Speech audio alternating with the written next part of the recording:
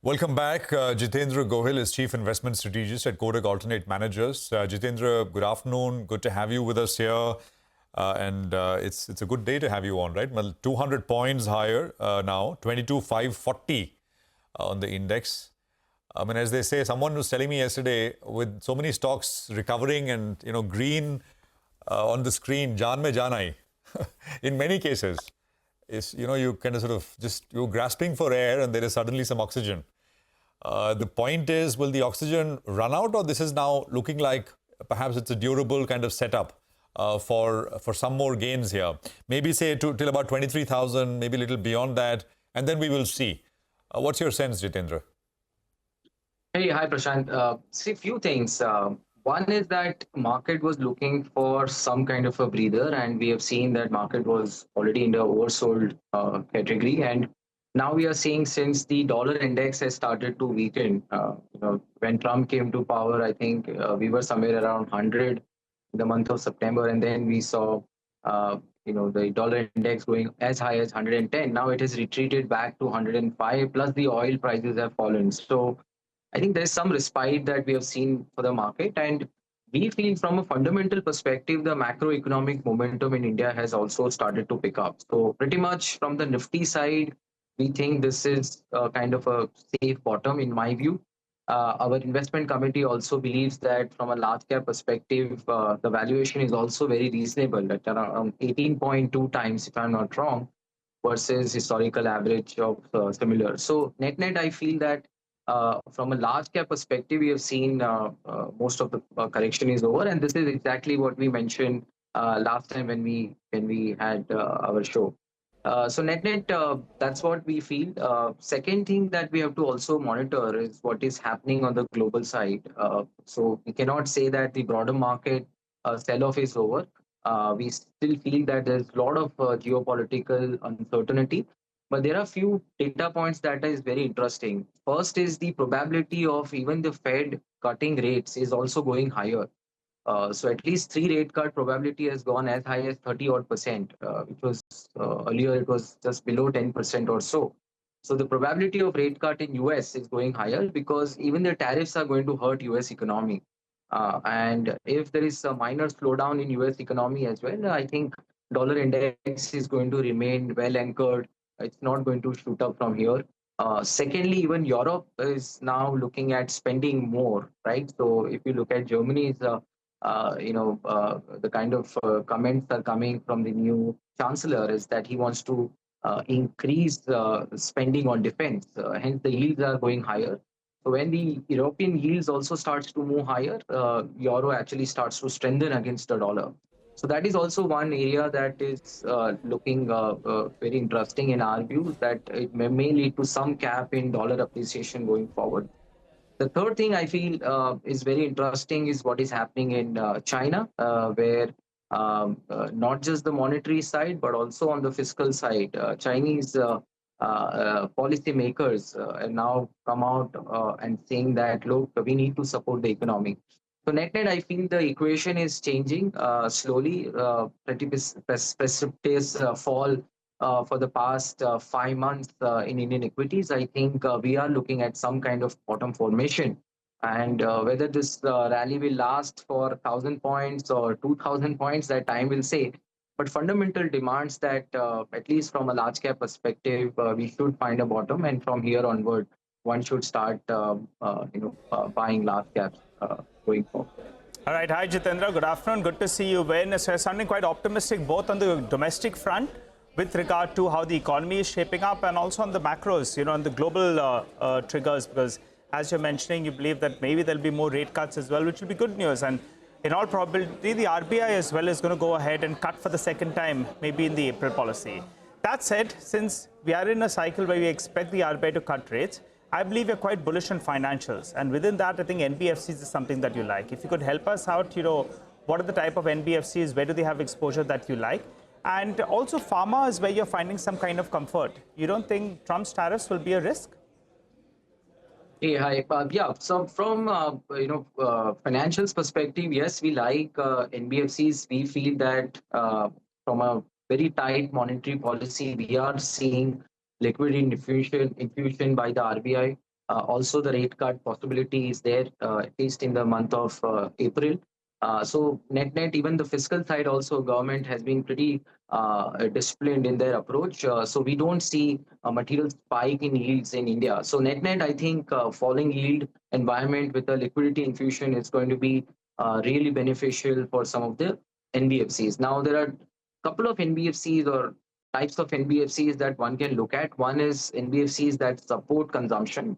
Now, consumption is completely weakened, and we know that how savings rate have come down.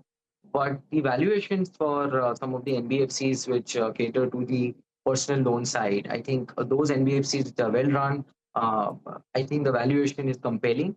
And looking at next 12 to 18 months, we are positioning ourselves for some kind of consumption revival. One, because of better monsoon, and two, because there is expectation of the eighth pay commission. Now, it might be implemented, let's say, next year, second half, ahead of the UP election in March 2027. So one way we look at is that if you want to position between 12 to 18 months, this consumption-focused NBFCs are looking pretty good to us, including auto financiers. In the near term, probably auto sector might see some slowdown. Equity market returns have been negligible over the past, and in fact, portfolios are in losses. So there is some wealth effect which might have some rub-off impact on consumption spending. But over the next 12 to 18 months, we think that this weakness should be bought. So we are buying some of the NBFCs which are catering to the auto financing space as well as consumption space.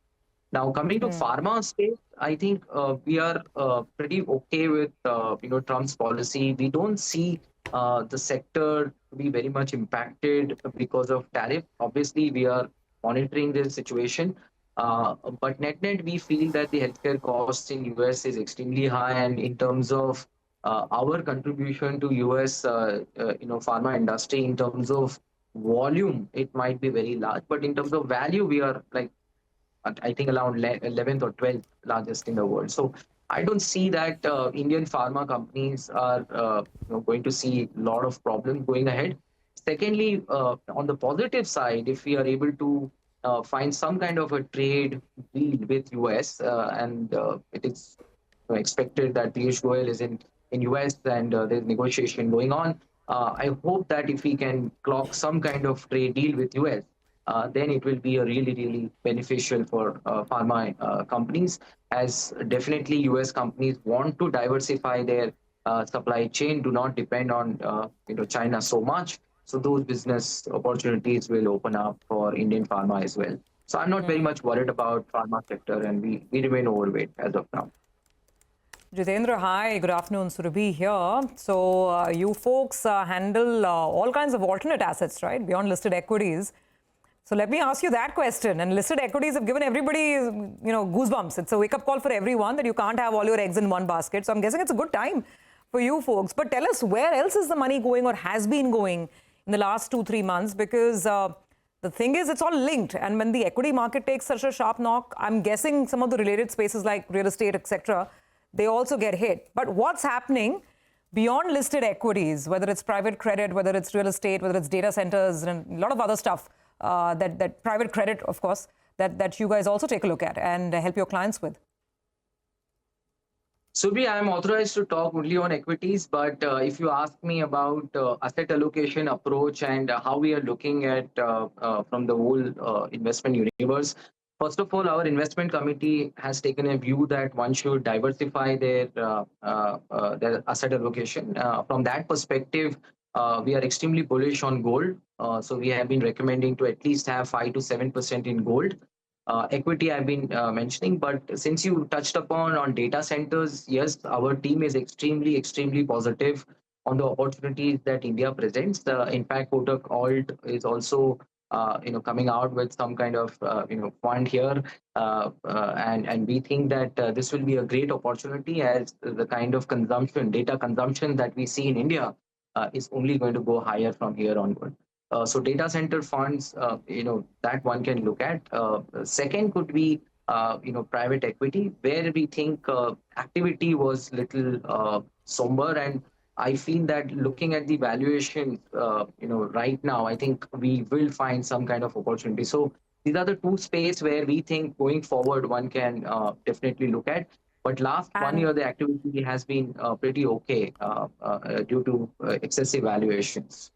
And good old listed equities, what's a reasonable return that you're telling clients to expect now as they look at a well-balanced portfolio? That whole, the importance of having a balanced portfolio, it's dawning on a lot of people now, I think, after this shake-up. So what, net of tax, 15% still possible? So, Surabhi, it depends on the kind of risk you are willing to take. So in our annual outlook also, we highlighted that, look, this year returns will be pretty okay, not to the extent that we saw in the past. But absolutely, that doesn't deter us from recommending equities. We have been recommending equities. Stay invested. There's a good macro story going on in India, and hopefully we will not get the kind of returns that we saw in the past, but at least 12% kind of return, which I think pretty much all the wealth fit are recommending. But the surprise element can come in if we see some kind of surprise on the macro front. So here, I think market is right now looking at somewhere 6.5% kind of a GDP growth. But if we really see the kind of development that has happened over the past few years in India, there could be a lot of multiplier effect. And here I feel that there could be some surprise element in the second half of the year, especially from the RBI, especially from the monetary side. And because the political capital in India is now actually even higher, looking at the kind of election results that we have seen, if the reform momentum starts to gain traction, I think that there could be more surprise on our way. So net, we remain optimistic. We think that this correction is very natural, and one should digest this over a period of time. I think 12 to 15% kind of return is possible if you are invested right. And this dip should be used as a buying opportunity. There are also a lot of pitfalls, and hence we have been continuously recommending our investors to look out for the risk, avoid those risks, and stay invested in equity with a 2-year view.